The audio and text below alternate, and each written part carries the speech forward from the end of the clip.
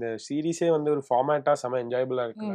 கதைக்களம் எல்லாமே. ஸோ நம்ம பண்ற அந்த ஒரு கொஞ்சம் பெர்ஃபார்மன்ஸும் நல்லா இன்டென்ஸா இருக்கிறதுனால ஓகே ஒன்னு புல் ஆஃப் பண்றான்ற. ஏன்னா நம்மளும் ட்ரை பண்ணிட்டு இருக்கோம் இந்த ஃபீல்டுல. ஓகே புல் ஆஃப் பண்ண முடியும் போலன்ற அந்த கான்ஃபிடன்ஸ் வரும்போது நமக்கும் ஓகே ஃபைன்.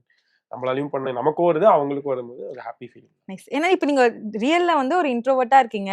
டோட்டல் டிஃபரெண்டா இருக்குல்ல ஆன் ஸ்கிரீன்ல. அது எப்படி என்ன சொன்னாங்க வீட்ல? ஆனா என்னன்னா வீட்ல வந்து அந்த அளவு பார்க்கறது இன்ட்ரோவர்ட்டாவே நம்ம வீட்ல இருக்க மாட்டோம்.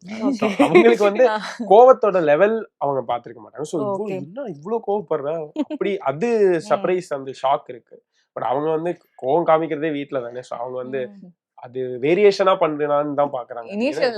இனிஷியல் ஸ்டார்டிங்ல வந்துட்டு ஒரு சீன் இருக்கும். இவர் வந்து தம் அடிக்கணும். டைம்லாம் செம்ம கோமா பேசணும் ஆக்சுவலி. ஐ திங்க் அது வந்து ஒரு அதுதான் எங்களுக்கு ஃபர்ஸ்ட் பைலட்ல எடுத்தாங்க. பட் ஐ திங்க் எபிசோட்ஸ்ல இல் கம் அரவுண்ட் 25-30 நினைக்கிறேன்.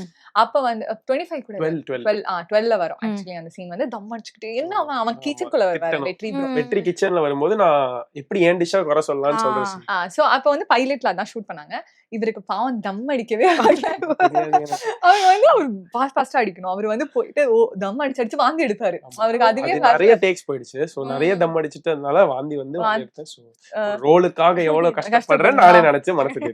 ஆமா ஆக்சுவலி சோ அந்த மாதிரி அப்படியே விக்கிக்கு ஆப்போசிட் சொல்றதுக்கு தான் நான் இந்த எக்ஸாம்பிள் சொல்றேன். ரொம்ப வந்து நீங்க ஹார்ட் ஒர்க் பண்ணிருக்கீங்க. இதுலயே தெரியுது உங்க 2 பேருக்கும்.